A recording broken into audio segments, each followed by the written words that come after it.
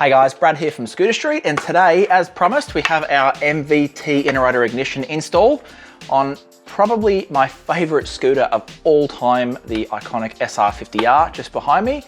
Now, as we mentioned in our unboxing video a couple of weeks ago, this particular kit obviously supplies power for your lighting, and it also operates by the key ignition as well, different to the Molossi inner rotor where you have to install a separate kill switch to turn the engine on and off. This actually still operates by the ignition, which is super handy if you're installing this on sort of your everyday rider slash a street scooter. Basically, you get race level performance without all of the inconveniences that come along with a lot of racing parts. And obviously, inner rotor ignitions are notorious for being a bit of a pain in terms of inconveniences. So this is going to be an awesome kit to install. I'm actually really excited to get it in this bike and see what the difference is between the factory flywheel slash stator setup and an inner rotor on a less race oriented bike. So I'm actually going to whip this bike out onto a street, get a little bit of footage, just sort of showing you what the initial takeoff performance, particularly the revving, is like before we do the inner rotor, and then after we've installed it, I'm going to do exactly the same thing again and show you what difference the inner rotor has actually made on top of actually showing you how to install the kit. So I'm going to chuck my helmet on, get this outside, and we'll see what it's like now.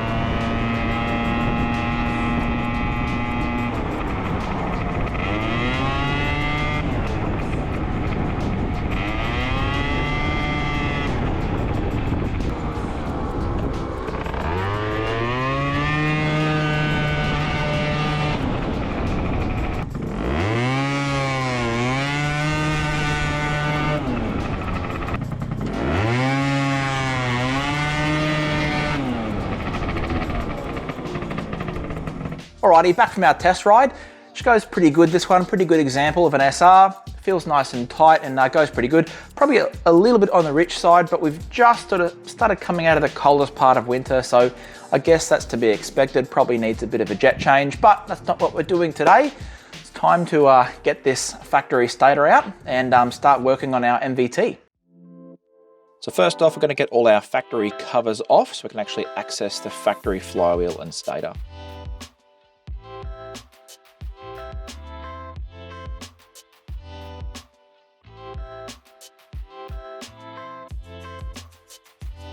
So we're going to use our Piaggio flywheel puller here.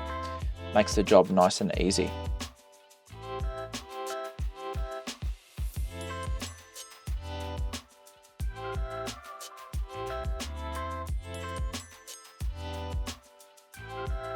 Now, a really common issue with removing the Piaggio stator in particular is the bolts of steel going into an aluminium casing. So they have a bad tendency of corroding and sort of getting stuck in there. So best practice is always to use a Phillips head punch to sort of release the screws first. That way when we get our screwdriver, we don't cross the head off the end of the screw and make it impossible to get them out. Another frustrating thing with the SR50R in particular is the stator wiring goes underneath the coolant elbow. So you actually have to release the coolant elbow to get the wiring out. Gonna get rid of the factory woodruff key.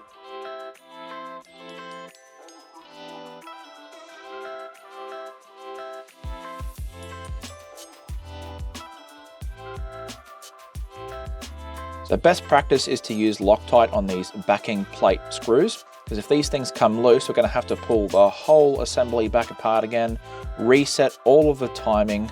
Very frustrating. Don't ask me how I know.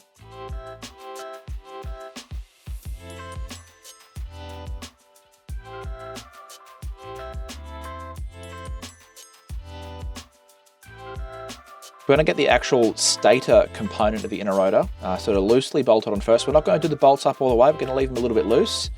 Now, just for ease of working on the bike later, I'm not going to run the wiring back underneath the coolant elbow like factory, because it's just totally unnecessary, and just makes the job harder later.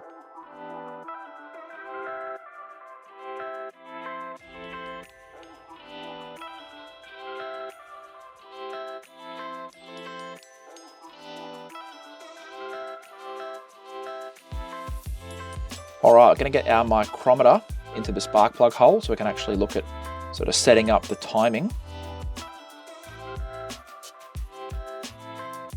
So what we need to do is find top dead center.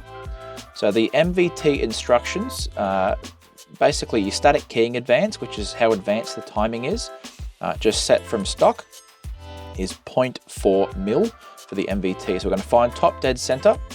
Going to lock our micrometer off, then we're going to wind it back into the cylinder, 0.4 mil, and that's where we set our timing mark of the rotor component to the actual stator component. So just put a black mark here just to make it a little bit easier. Just going to rotate it around. It's obviously locked in by the micrometer. Just going to give it a little tap with a rubber mallet just to sort of lock it in place against the end of the crank. That way it can't shift when we do up the nut. So being careful with this special MVT nut, it's not the same as the factory nut and we do not want to damage it. So just being very careful that we don't over tighten it. So mark's still lined up, checked against the micrometer, all good.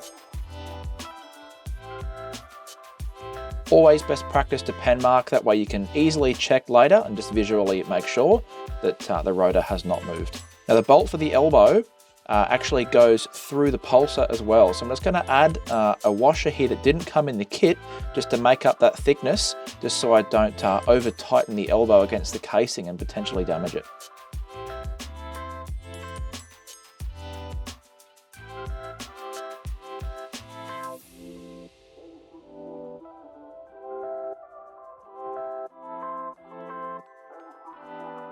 Run all our wiring back up into sort of the battery housing just so we can keep everything away from the hot engine, don't have any melted wiring issues happening, and we can get everything nice and neat and tidy up underneath those tunnel covers.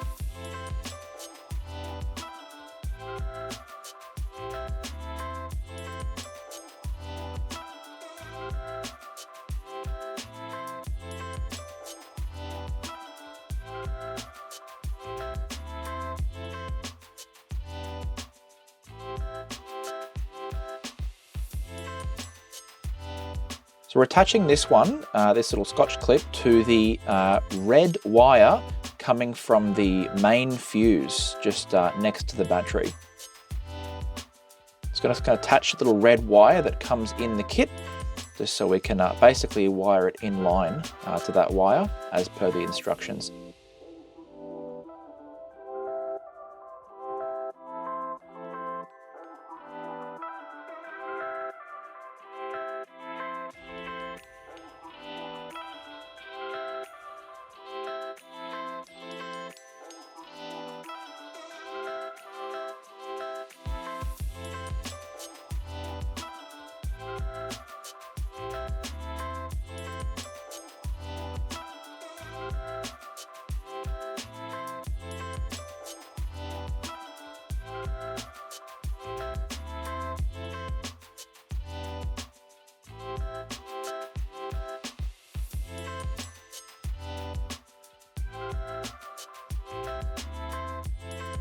And get rid of this factory CDI.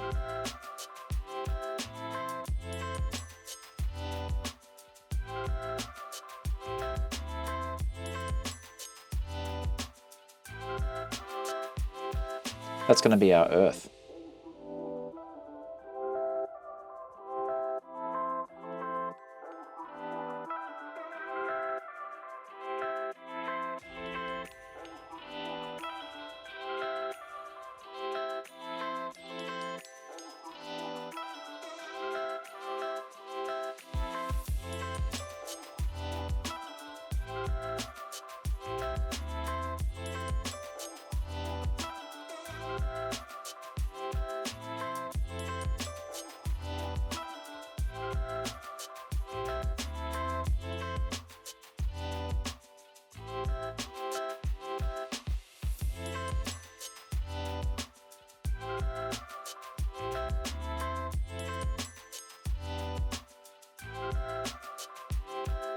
orange wire to the coil.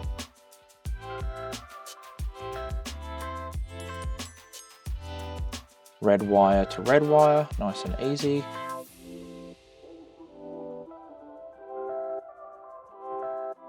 Green wire to white and black wire. Get them nice and plugged in. And that green wire goes off into the green wire of this factory CDI plug.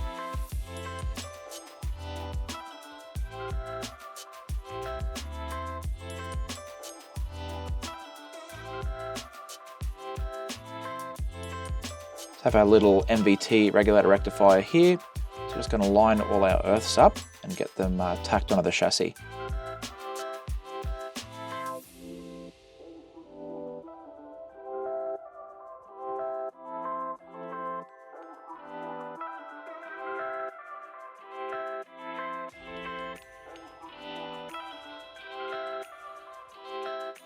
All right, just going to check for continuity, make sure that earth is working. So the machine's definitely working properly. Check for continuity. And we're all good. Nice, strong earth. Now wire up as per the instructions with our little MVT regulator rectifier. Now that red wire that we installed onto the main fuse earlier, we're just going to plug that in.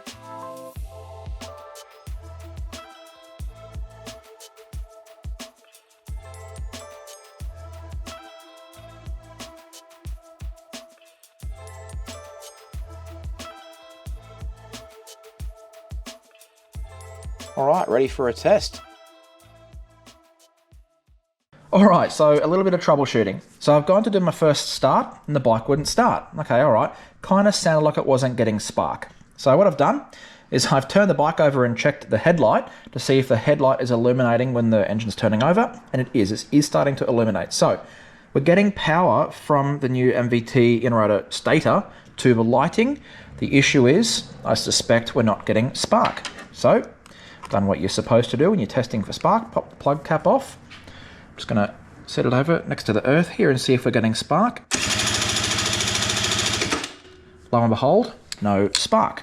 So in the actual MVT video that they give you a link to in what should be the instructions but isn't instructions, the bike they use is a Vespa, I think it's an LX50, and on that particular model, where the factory coil mounts, the coil/CDI on the factory unit, it actually mounts to the frame. So directly to the frame, which is obviously earthed. This little plate here on the coil is getting earthed to the frame. Now on the SR50, where the coil mounts is just in like a little rubber boot that sits on a little fitting that's actually on the bottom of this here, which is just plastic. It's a plastic tag that comes off the seat, so it's not actually getting earthed to the frame when it's bolted there. Now, this is one of those times where it'd be really great if, like I said in the unboxing video, these manufacturers would go back to proper paper instructions where they can explain things like this plate here needs to be earthed. Now, I know from when I installed my many Malossi TC units over the years, which had this, they split the coil and the CDI back up on the Piaggios, as well as when I installed the in-rotor on my personal Piaggio Zip, the coil in the Malossi unit actually has its own dedicated earth. This one doesn't. This is just one single line, obviously coming from the CDI, and then out to the spark plug cap. So I'm assuming that the earth, because you've got this little wire here, is actually coming out and is attached to the plate. So that must be the earth. So stands to reason that the way that this is supposed to get earthed is by this metal plate on the coil getting earthed to the chassis. Now, a little bit silly that they list this specifically for the SR50R, but don't tell you that you need to make up your own earth. So, make up a little earth here, just add some alligator clips to test. We retest our spark again.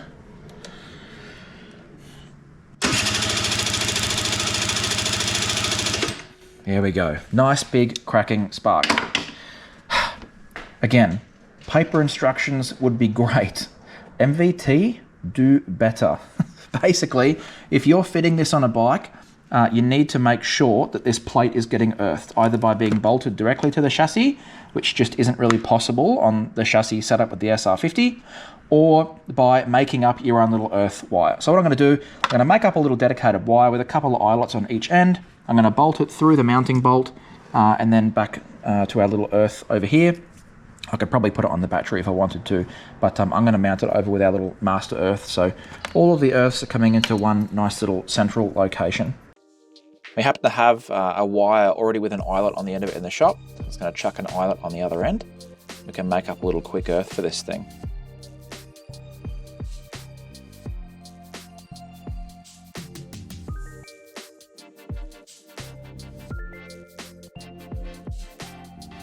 All right, tag her onto the rest of our earths. We should be ready to go.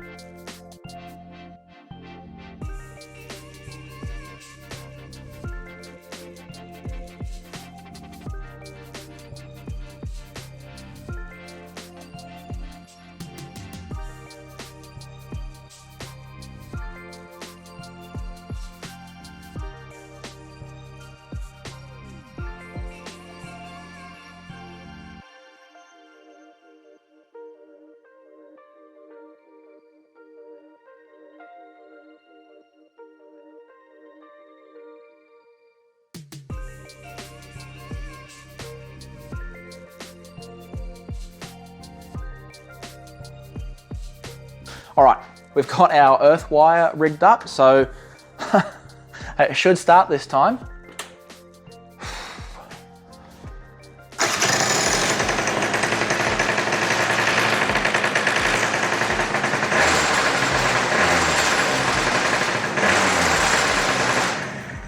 And the headlight's working, I can see it against the wall. So I'm gonna go ahead and probably tidy up some of this huge dog's breakfast mess of wires.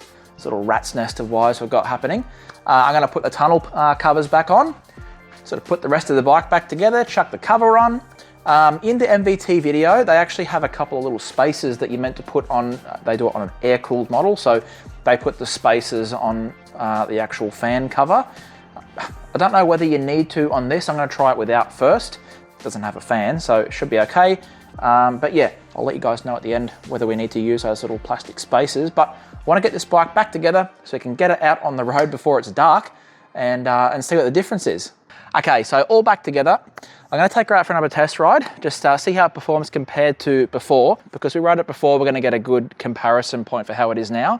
I've already taken it for a quick nip around the car park and it is so much more responsive. It really punches in hard when you want to go. So I'll chuck my helmet on, get the GoPro on, and we'll take it around before it gets too dark. And I'll probably try and side-by-side that footage so you can sort of get a real-world idea of the difference it actually makes putting an inner-rider on your bike, because obviously it's a pretty big expense. So you want to actually get something for that. So that's what we're going to try and do. We're going to try and show you actually what it does.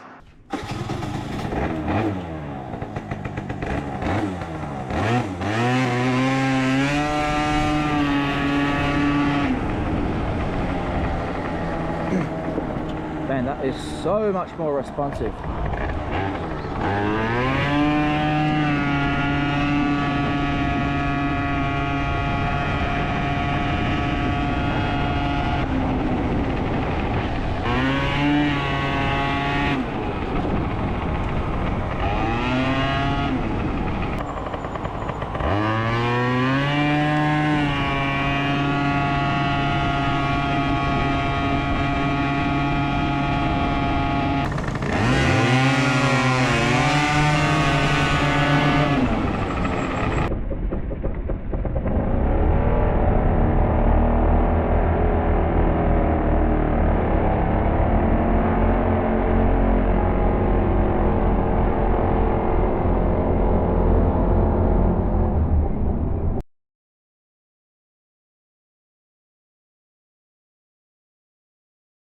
Alrighty, so pretty significant difference. I don't know how well it's going to come through in the video. It's often really difficult to sort of get what I can feel on the bike to translate on the video, but hopefully with some of those side-by-sides, it's pretty obvious that there's a really big difference. I can certainly feel quite a dramatic difference, particularly at that initial acceleration. It just punches and comes on so hard now There's like no hesitation on that throttle for the bike just to immediately rev up. Now I will say, as an owner of a bike that currently has a Malossi MHR racing inner rotor, having owned multiple other bikes that also had Malossi inner rotors, given that that Malossi inner rotor setup is a bit of an inconvenience with having to run separate wiring for your lighting and a separate kill switch, you can't just turn it on and off with the key anymore. It is so much more convenient to just be able to turn the bike on and off with the key. Particularly on my bike and other bikes that I've had, you kind of have to install that kill switch under the seat or another location that you can actually lock. Otherwise, in theory, someone could come along and flick the switch and kickstart the bike and ride off. So it becomes a bit of a pain stopping somewhere, turning the key off, the engine's still running, trying to awkwardly pop the seat to turn the bike off. It's annoying. The convenience of this MVT inner rotor, honestly, it can't be understated. It's actually just awesome. Everything just works how it's supposed to. The only inconvenience is that with this inner rotor, you will still have to regularly charge your battery. Now, this bike has a gel battery in it, and it's a larger size than the factory battery as well. In fact, actually exactly the same thing I've done with my personal 𝐂𝐤𝐧𝐝 𝐒𝐜𝐲, put a larger gel battery in there. Gel batteries tend to hold their charge better. They also tend to not be like lead batteries that will become damaged if they get too low. Gel batteries don't do that. They don't sort of develop that memory as easily. So definitely the go. Not that big of a pain is what I'm getting at. Really not a big deal to chuck a charger on it every now and again, but all of the other inconveniences, like workarounds for your lights, installing extra switches, all that mucking around, it's totally solved with this MVT. So if you were someone that perhaps had some concerns about it being, I guess, too much of a sacrifice of convenience to put an inner rotor on your bike, I can pretty confidently say that this MVT inner rotor very much solves 95% of those problems. Anyway, if you're someone who is considering putting one of those inner rotors on your bike, I hope I've given you sort of enough confidence to be willing to give it a go yourself. It's really not that hard. Bit of tidying up in the end of wiring, but it is all fairly straightforward. You kind of can't stuff it up too badly. So hopefully I've given you enough confidence to give it a go. If you have any questions about putting one of these on your bike, let us know in the comments. As always, we endeavor to answer every single question. If you got something useful out of this video, do us a favor and hit the like button. It does help us out. And if you haven't already, obviously go ahead and hit the sub as well, so you don't miss out on any of the further videos that we have coming out, because we do have some cool ones in the work, as well as a new project scooter as well. Something a little bit different, not a 𝐂𝐤𝐧𝐝 this time. So if you don't want to miss out on that, make sure you sub and watch out for those videos. Anyway, thanks for watching, guys. Have a great week. We'll see you next time.